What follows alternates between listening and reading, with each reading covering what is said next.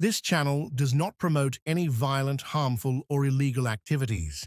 All content provided by this channel is meant for an educational purpose only. ধন্যবাদ জানিয়ে পাহেলগাম ইনসিডেন্টের ঘোরতর নিন্দা জানিয়ে শোক প্রস্তাব করে যে রেজুলেশন এসেছিল তার উপরে তৃণমূলের কোম্পানির মালিক আমার কাছে 1956 ভোটে হারা তিনি যে কাণ্ডটা করে গেছেন এটা বাংলা বাঙালির লজ্জা। মুখ্যমন্ত্রীর অনুমোদিত 22 মিনিটের জায়গায় প্রায় 40-45 মিনিটের ভাষণে তিনি এমন কিছু বাক্য প্রয়োগ করেছেন তাতে আমার মনে হয়েছে যে শাহবাজ শরীফ পাকিস্তানের প্রধানমন্ত্রী তার অ্যাডভোকেট হয়ে মুখ্যমন্ত্রী কথা বলছিলেন। আমি কয়েকটা লাইন উল্লেখ করব। ইউএনএতে রাশিয়া ভাইস চেয়ারম্যান IMF এর ঋণ পেয়েছে, এশিয়ান ডেভেলপমেন্ট ব্যাংকের ঋণ পেয়েছে।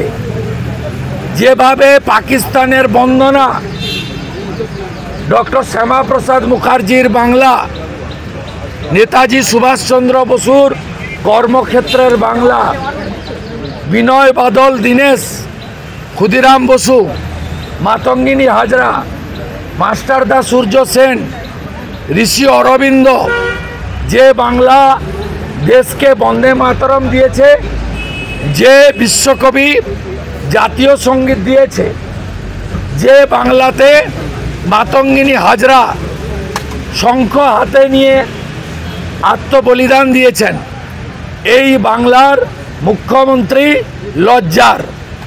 তিনি আমাকে যা বলেছেন ঠিক আছে, নতুন ইংরেজি আমি humping dumping liar, humping dumping lawyer. আমার ডান পাশ বাম পাশে হেডমাস্টার আছেন দীপক বর্মন, এটা কৃতি স্কুলে। আমি জিজ্ঞেস করেছিলাম মাস্টারমশাই এই ইংরেজির মানে কি, তিনি বললেন অপারক। এই প্রথম শুনলাম। মহিলা বিধায়কে অগ্নিমিত্রা পালকে তার পরিবার তার ব্যক্তিগত জীবন নিয়ে আক্রমণ করেছেন, অত্যন্ত কুরুচিকর, নিম্নরুচি। আমরা অনেকবারই বলেছি যে কালীঘাটের নালার নর্দমার পাশে থেকে থেকে এনার আচার আচরণ, মুখের ভাষা নর্দমার মতোই হয়েছে। আমরা উঠে দাঁড়িয়ে ছি মমতা, ছি মমতা, ছি মমতা উনার সামনে করেছি। এবং বিশেষ করে ভারতীয় নাগরিক হিসেবে পাকিস্তানকে যেভাবে উনি আজকে প্রশংসায় ভরিয়ে দিয়েছেন, বলছে রাশিয়াও ভাইস চেয়ারম্যান, পাকিস্তানও ভাইস চেয়ারম্যান, IMF এর ঋণ, ADBI ঋণ, যেভাবে প্রশংসা করেছেন,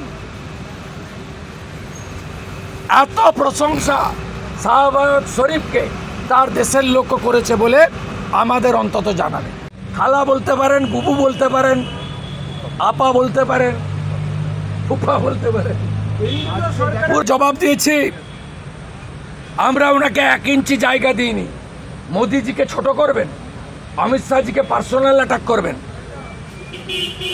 উনি নজরুল মঞ্চে গান গেয়ে দিয়েছেন, আমার যাওয়ার সময় হলো, দাও বিদায়। কেন্দ্রীয় সরকারের আরো বেশি স্ট্রং হওয়া উচিত বলছেন মুখ্যমন্ত্রী।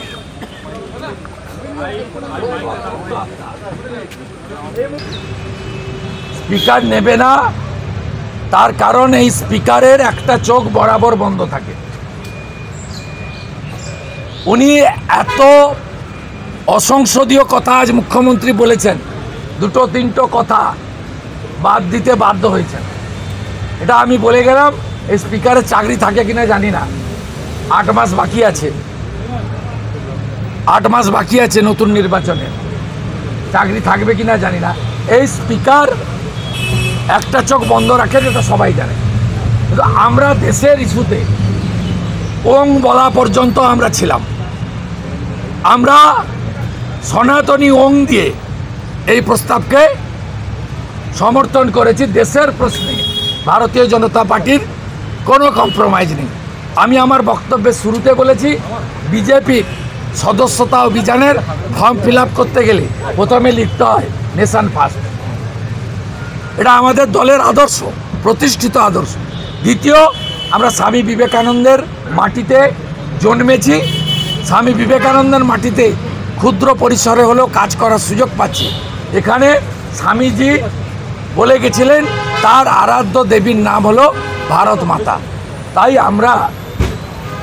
আমরা ওদের ফাঁদে পা দিইনি, দেব না। দেশের প্রশ্নে জিরো টলারেন্স। এবং আমি যে দুটো পয়েন্ট বলেছিলাম ওদের বক্তব্যে স্বীকার করতে হয়েছে। টার্গেট কিলিং, ওরা লিখেছে এলো পাতাড়ি গুলি। ওদের বক্তব্যে স্বীকার করতে হয়েছে যে ধর্ম দেখে, আমরা হিন্দু ধর্ম দেখে বলেছি, ওরা বলেছে ধর্ম দেখে খুন হয়েছে। বলতে বাধ্য হয়েছে। ওরা আদিল শাহের কথা বলেছে, আমরা বলেছি রাষ্ট্রবাদী তো আছেই, ওই জন্যই তো ভারতরত্ন অটল বিহারী বাজপেয়ী এপিজে আব্দুল কালামকে দেশের রাষ্ট্রপতি করেছিলেন। নরেন্দ্র মোদীজি নাজমা হেপতুল্লাহ আরিফ মোহাম্মদ খানকে তিনি রাজ্যপাল করেছেন। দেশ বিরোধী কথা বলে উদয়ন গুহকে তো অবিলম্বে পাকিস্তানে পাঠিয়ে দেওয়া উচিত।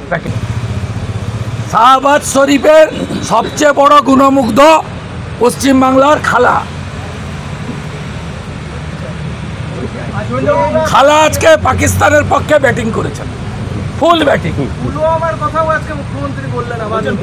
খালা